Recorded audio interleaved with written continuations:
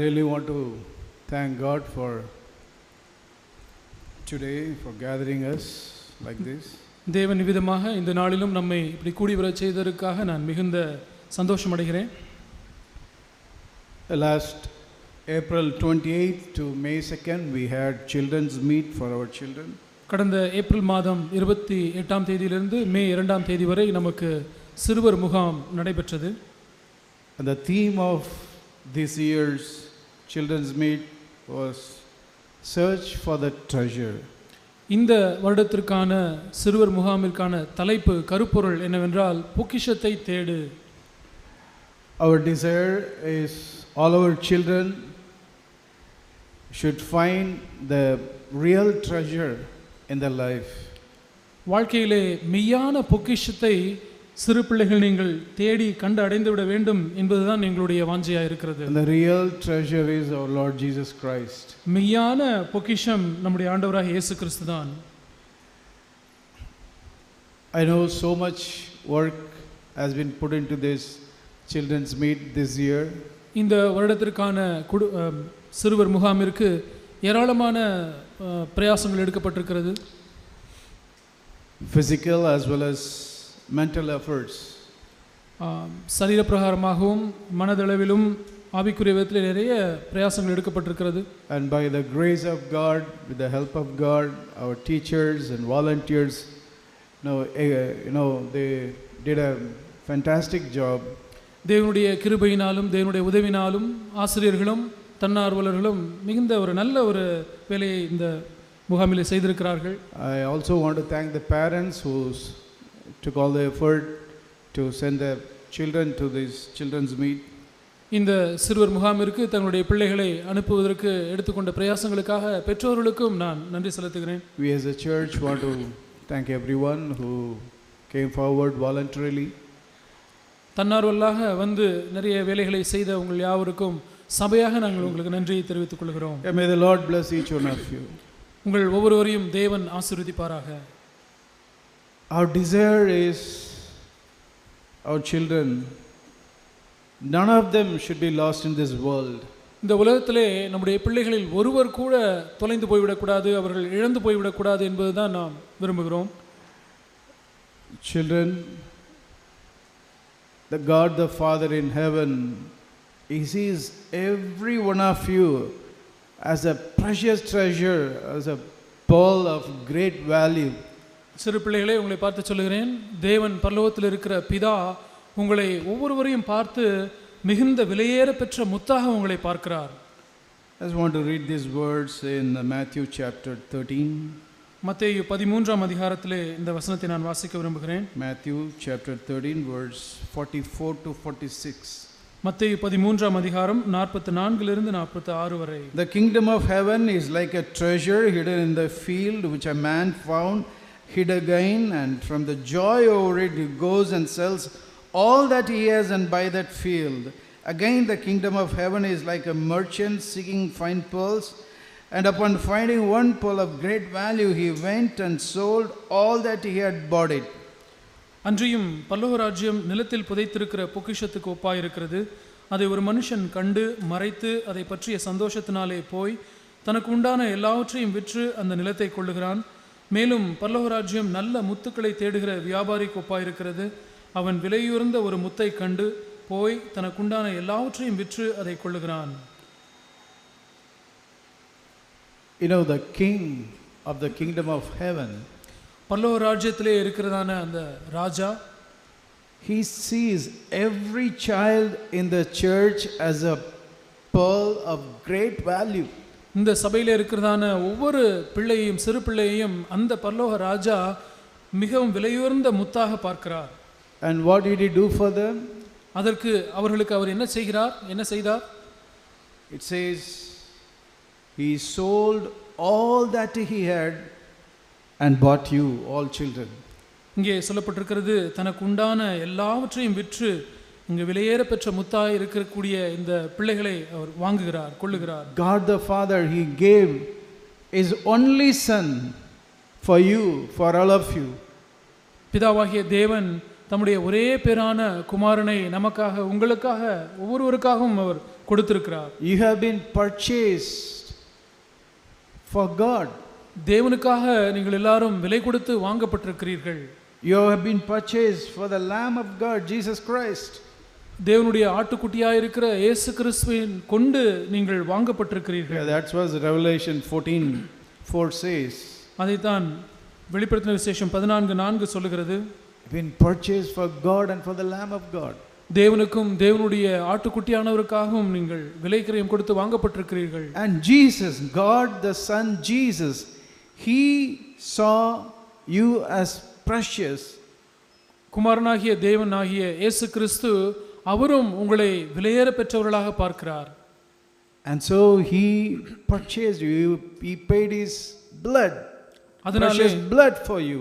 தம்முடைய விலையேற பெற்ற அந்த இரத்தத்தினாலே உங்களை அவர் வாங்கி இருக்கிறார். That's what Peter says in 1 Peter chapter 1. அதைத்தான் பேதுருவும் தன்னுடைய முதலாம் நிருபத்திலே சொல்லுகிறார், 1ஆம் அதிகாரத்திலே.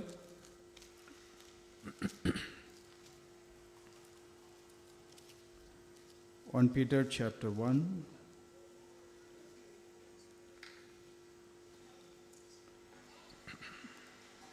1 Peter chapter 1 verse 18 and 19.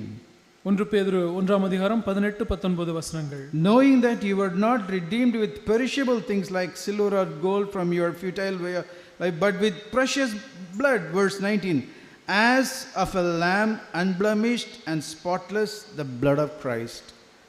வெள்ளியினாலும் பொன்னினாலும் மீட்கப்படாமல் குற்றமில்லாத மாசற்ற ஆட்டுக்குட்டியாகிய கிறிஸ்துவின் விலையேற பெற்ற இரத்தத்தினாலே மீட்கப்பட்டிருக்கிறீர்கள். So children, please realize it, that you are all so precious in the sight of God. ஆகவே சிறு பிள்ளைகளே, நீங்கள் இது ஒன்றை உணர்ந்து கொள்ளுங்கள். நீங்கள் எல்லாரும் தேவனுடைய பார்வையிலே மிகவும் விலையேற பெற்றவர்களாக இருக்கிறீர்கள். He sees you as a treasure, as a pearl of great value. உங்களை அவர் ஒரு பொக்கிஷமாகவும் விலையுயர்ந்த முத்தை போலவும் பார்க்கிறார். For his kingdom, in his kingdom. தம்முடைய ராஜ்யத்திலே நீங்கள் அப்படிப்பட்டவர்களாக இருக்கிறீர்கள் என்று அவர் பார்க்கிறார்.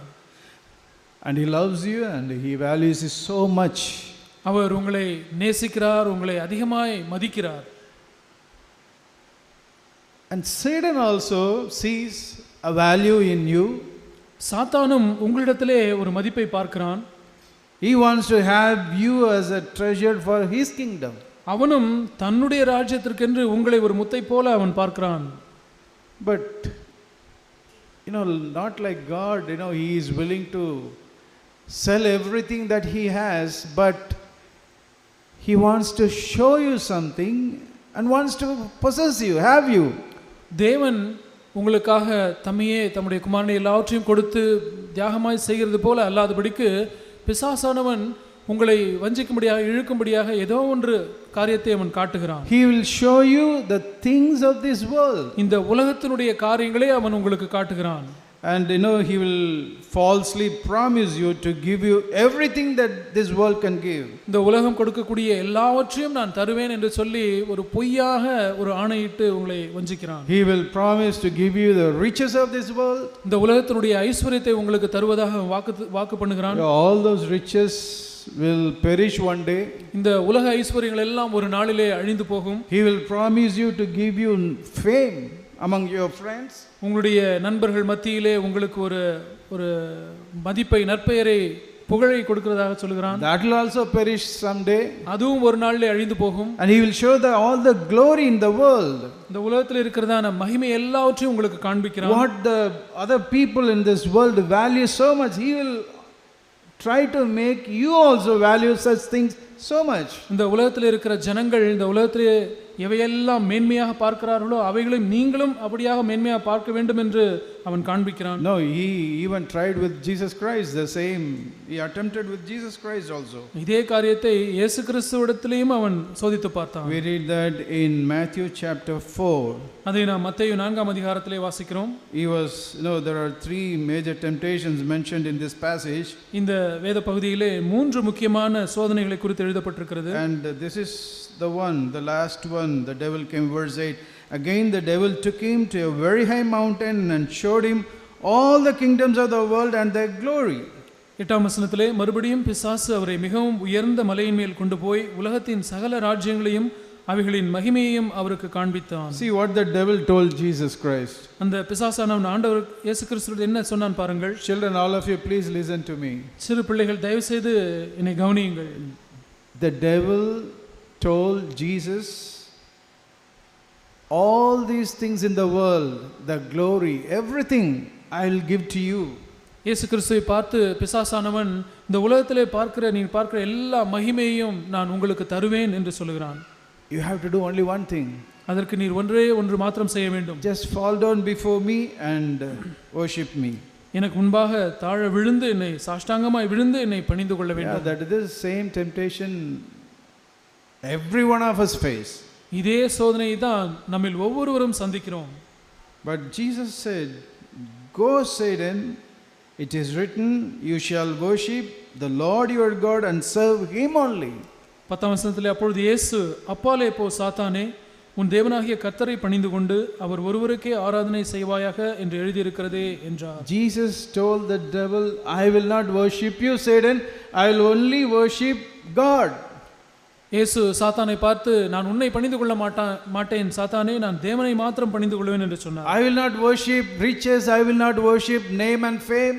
இந்த ஐஸ்வரியங்களையோ புகழ் பேரையோ நான் ஆராதிக்க மாட்டேன். But I will worship only God. That's what Jesus said. நான் தேவனை மாத்திரமே நான் ஆராதிப்பேன் என்று தான் இயேசு சொன்னார். Children, பிள்ளைகள், don't you ever worship Satan. நீங்கள் ஒருபோதும் சாத்தானை பணிந்து கொண்டு விடவே கூடாது. Don't you ever worship fame, name and glory.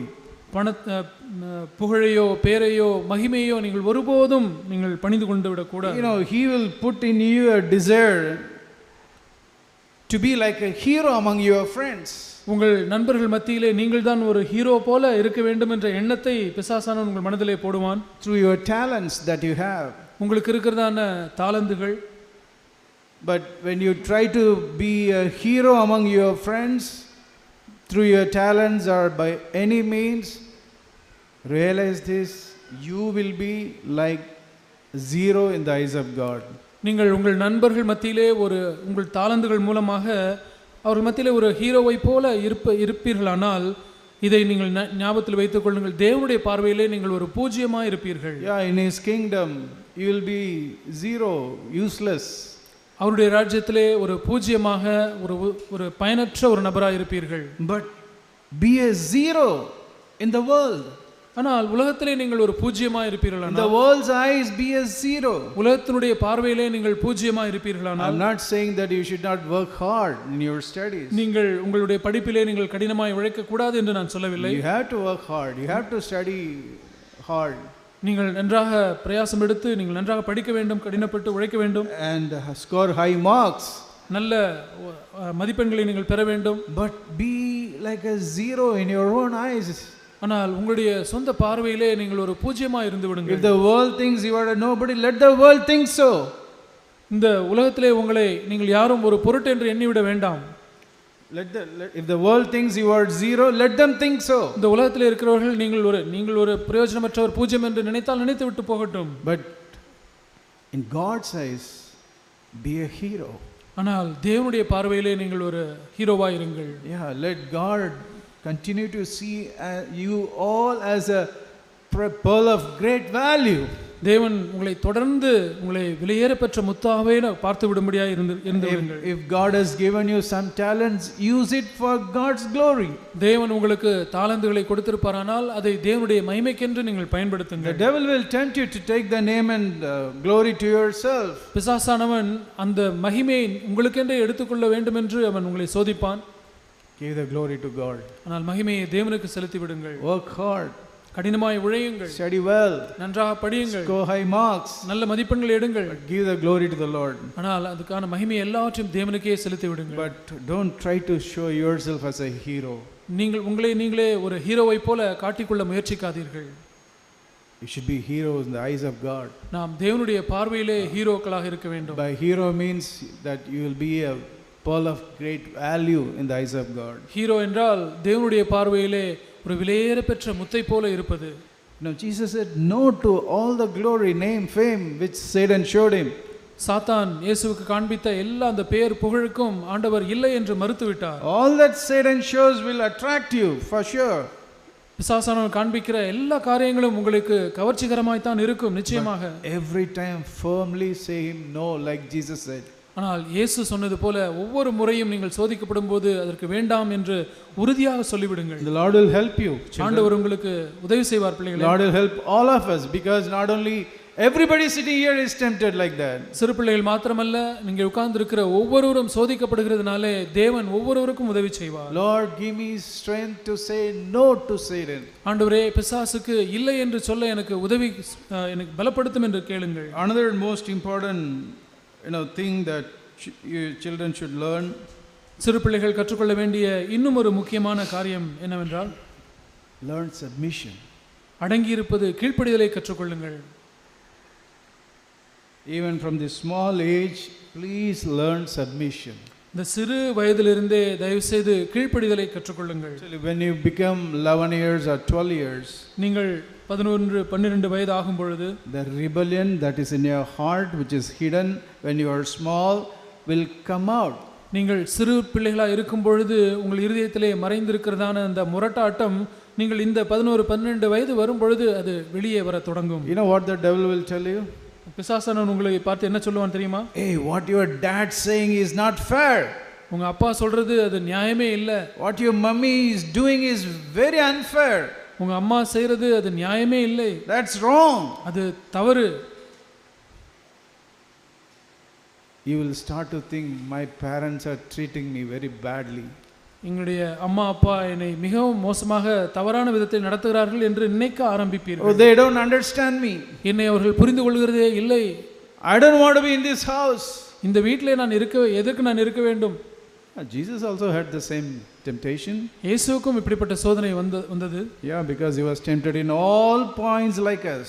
ஏனென்றால் நம்மை போல எல்லா விதத்திலும் அவர் சோதிக்கப்பட்டார். He was tempted like you. உங்களைப் போலவே அவர் சோதிக்கப்பட்டார். You children, you develop this attitude of rebellion only things related to these earthly things. சிறு பிள்ளைகள் இந்த பூமிக்குரிய காரியங்களிலே தான் உங்களுக்கு அந்த முரட்டாட்டம் எழுகிறதை நீங்கள் பார்ப்பீர்கள். There was one incident we all know about our Lord Jesus Christ. நம்முடைய ஆண்டவராகிய இயேசு கிறிஸ்துவை பற்றிய ஒரு சம்பவத்தை நாம் எல்லாருக்கும் we read that in Luke chapter 2. லூக்கா 2ஆம் அதிகாரத்திலே நாம் அதை வாசிக்கிறோம். As a family they all went to Jerusalem அவர் குடும்பமாக for Passover. அந்த பஸ்கா பண்டிகைக்கு எருசலேமுக்கு அவர் சென்றிருந்தார்கள். And his parents left him alone and they started traveling back to their home. பிரயாணப்பட்டு வீட்டுக்கு போகும்பொழுது இயேசுவை அவர்கள் விட்டுவிட்டார்கள். They searched for nearly 3 days. அவரை 3 நாள் தேடினார்கள். And after third day, they saw him, verse 48, they saw him in the 46 sitting in the temple, sitting in the midst of teachers, listening and asking them questions. 46ஆம் வசனம், லூக்கா 2:46. 3 நாளைக்கு பின்பு அவர் தேவாலயத்தில் போதகர் நடுவில் உட்கார்ந்திருக்கவும் அவர்கள் பேசுகிறதை கேட்கவும் அவர்களை வினாவவும் கண்டார். See, he was not doing he was not playing with the children there. அவர் அங்கே பிள்ளைகளோடு சேர்ந்து விளையாடி கொண்டிருக்கவில்லை. He was doing something, very valuable thing he was doing. முக்கியமான மதிப்புக்குரிய காரியங்களை அவர் செய்து கொண்டிருந்தார்.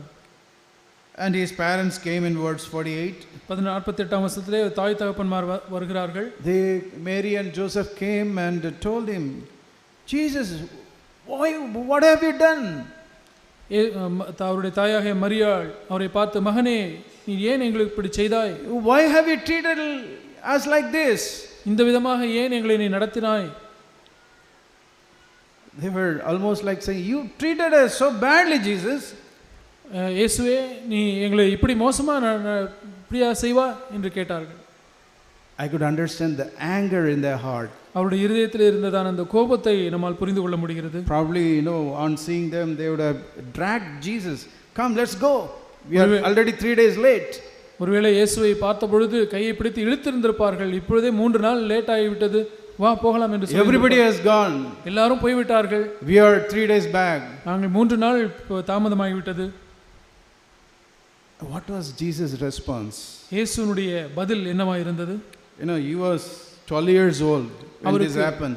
இது நடந்த பொழுது அவருக்கு 12 வயதாக இருந்தது.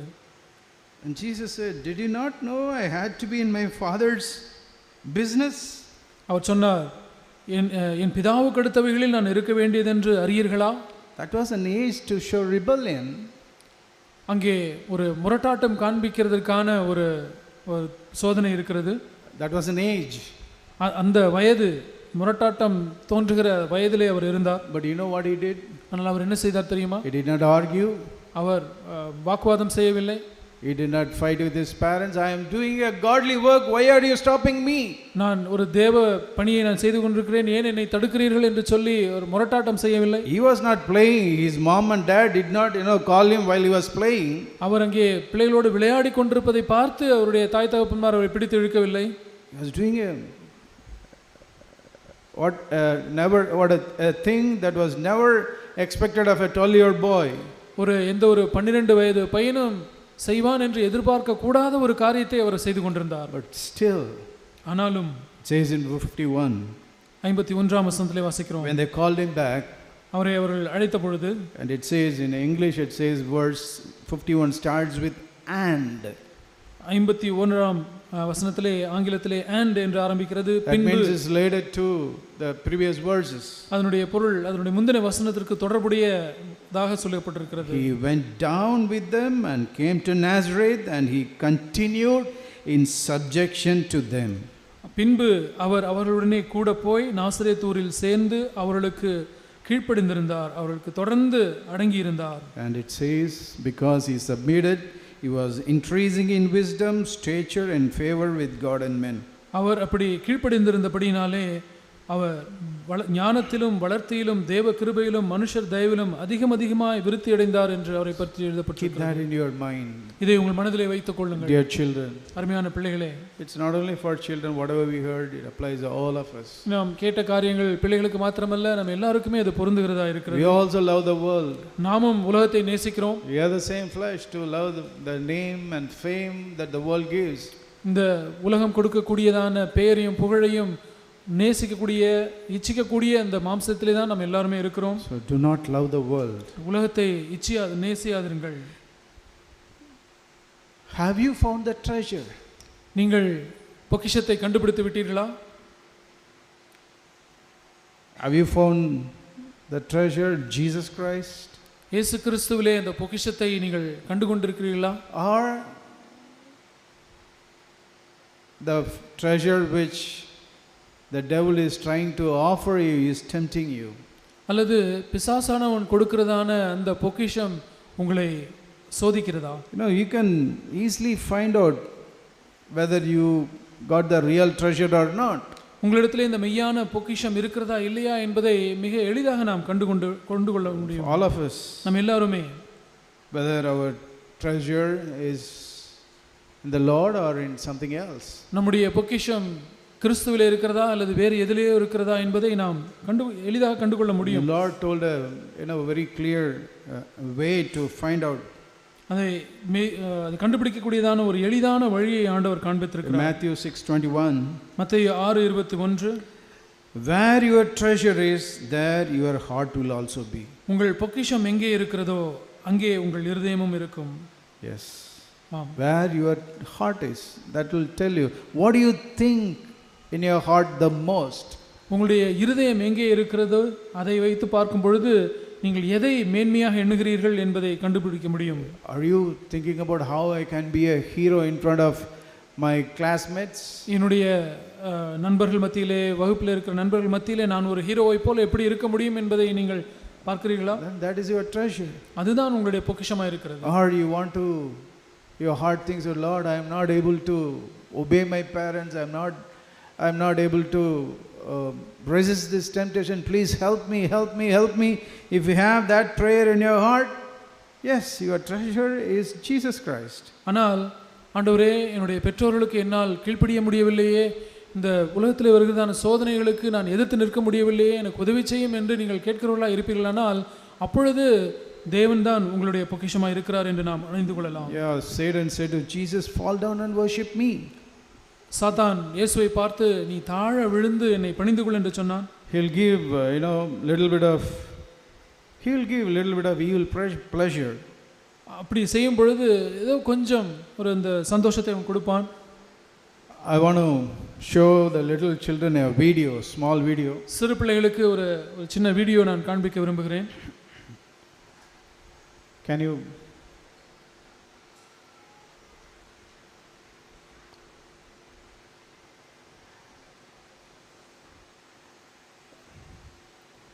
It's a video about a leopard and a porcupine. ஒரு இந்த சிறுத்தை அந்த முள்ளம்பன்றி இந்த ரெண்டை குறித்ததான ஒரு video.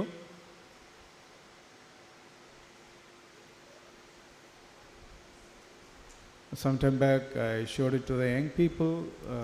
Maybe children can also see that. ஒரு சில வாரங்களுக்கு முன்பதாக வாலிபர்களுக்கு நான் இந்த வீடியோவை நான் காண்பித்தேன். சிறு பிள்ளைகளும் இதை அவர்கள் பார்க்கலாம். Yeah, please.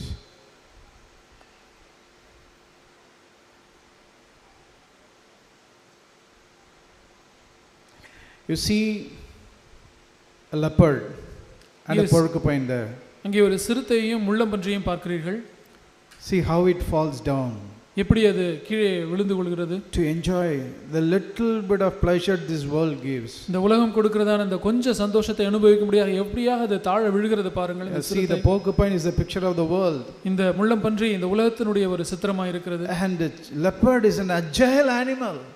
அங்க சிறுத்தை ஒரு வலிமையான ஒரு மிருகம். You know, it can do what even a lion cannot do.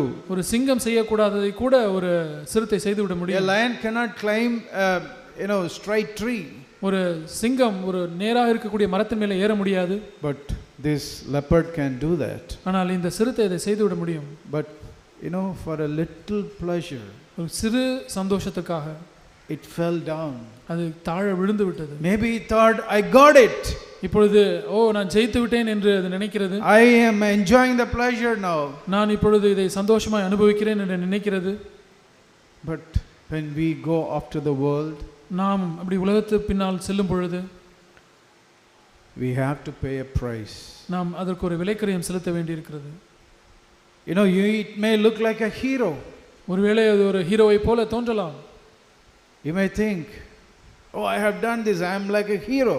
நான் இதை செய்து விட்டேன், நான் ஒரு ஹீரோ என்று அது நினைக்கலாம்.